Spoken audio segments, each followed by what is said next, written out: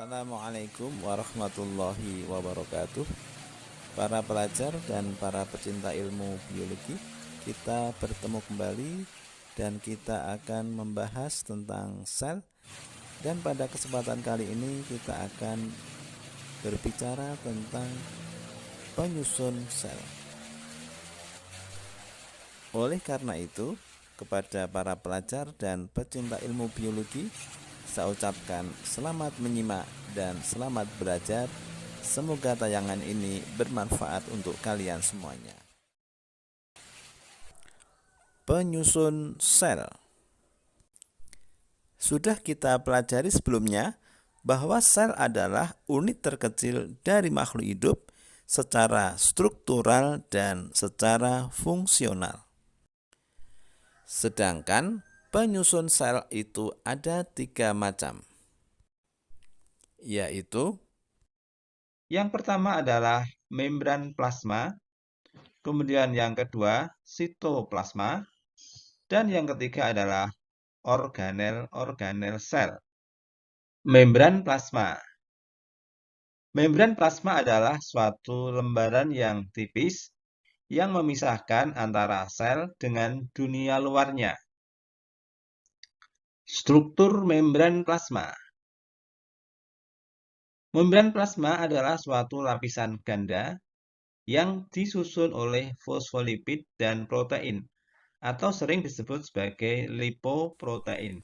lapisan tersebut bersifat semi-permeabel atau dapat ditembus oleh zat-zat tertentu.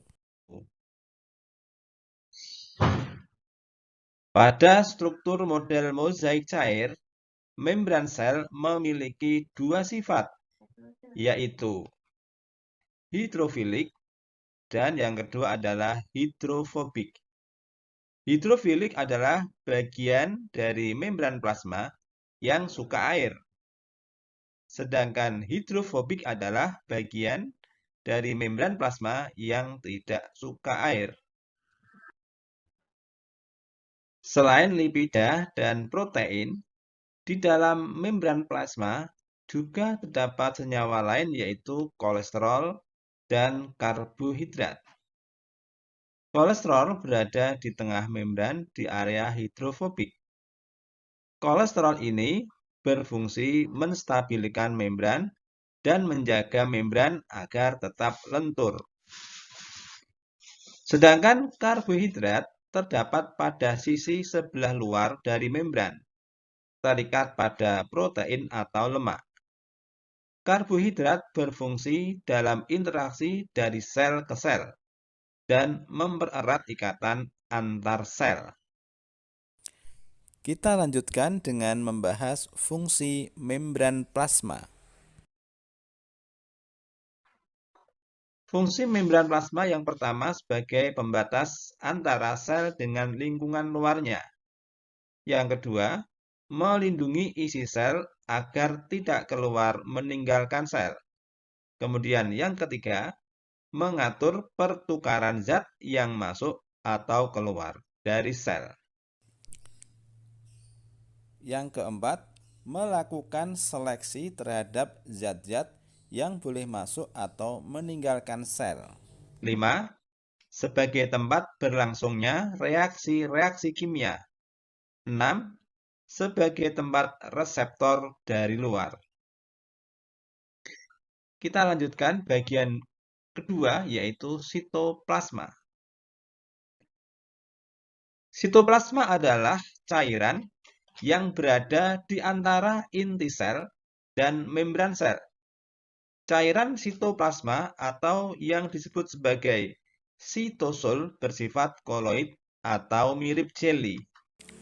Di dalam sitoplasma ini terdapat organel sel. Di antaranya adalah nukleus atau inti sel, retikulum endoplasma, badan Golgi, mitokondria, lisosom, peroksisom, dan lain-lain. Organel sel. Organel yang pertama adalah nukleus. Nukleus atau disebut juga sebagai inti sel yaitu struktur yang penting di dalam sel.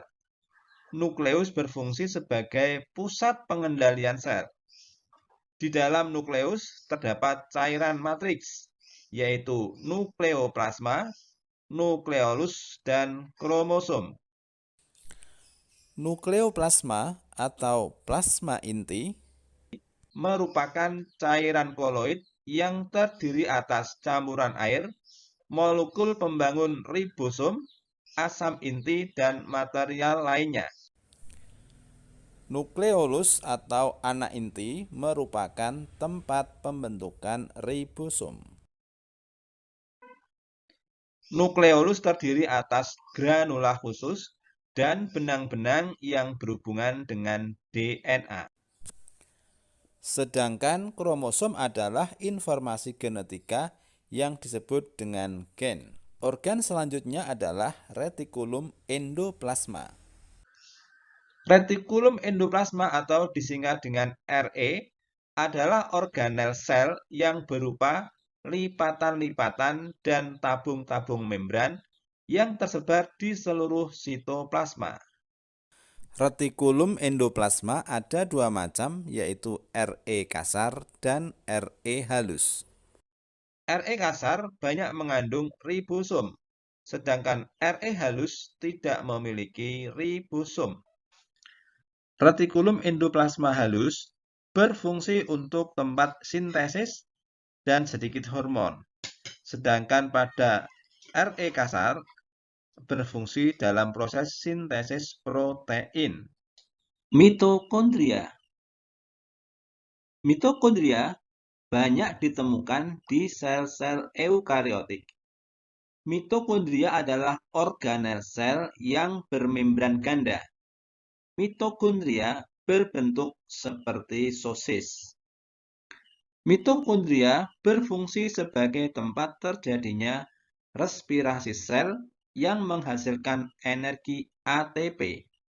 Oleh karena itu, mitokondria sering disebut sebagai unit pembangkit tenaga dari sel. Matriks mitokondria mengandung ribosom, DNA, dan enzim. Plastida. Plastida hanya ditemukan pada sel-sel tumbuhan. Plastida memiliki membran ganda. Plastida ada 3 macam, yaitu amiloplas, kromoplas, dan kloroplas. Yang pertama, amiloplas. Amiloplas adalah plastida yang tidak memiliki pigmen warna. Plastida berfungsi untuk menyimpan cadangan makanan, misalnya pati. Yang kedua, kromoplas. Kromoplas adalah plastida yang memiliki pigmen merah dan oranye. Kromoplas banyak terdapat pada organ bunga, buah, dan juga daun pada tanaman tertentu. Hal ini dapat kalian saksikan bahwa bunga-bunga itu beraneka ragam dan juga buah itu juga berwarna-warni. Kemudian yang ketiga, kloroplas. Kloroplas adalah plastida yang memiliki warna hijau atau pigmen klorofil dan juga mengandung enzim dan molekul-molekul lainnya. Secara spesifik, kloroplas berfungsi untuk fotosintesis. Organel selanjutnya adalah badan Golgi. Badan Golgi adalah organel yang terdiri atas beberapa lapis kantong pipih berupa membran yang tersusun menumpuk tampak seperti irisan roti. Badan Golgi merupakan organel terbesar di dalam sitoplasma. Badan Golgi tersebar di seluruh sitoplasma dan terhubung antara satu dengan lainnya, sehingga membentuk struktur seperti jala. Badan Golgi berfungsi sebagai tempat pengubahan enzim yang tidak aktif menjadi bentuk aktif. Badan Golgi juga berfungsi sebagai tempat penyimpanan protein sementara dan juga zat lain yang berasal dari RE atau retikulum endoplasma. Fungsi selanjutnya dari badan Golgi adalah membentuk lisosom. Badan Golgi juga berfungsi mensekresi enzim pencernaan, yaitu yang terdapat pada pankreas. Sedangkan badan Golgi yang terdapat pada sel saraf berfungsi untuk mensekresi neurotransmitter.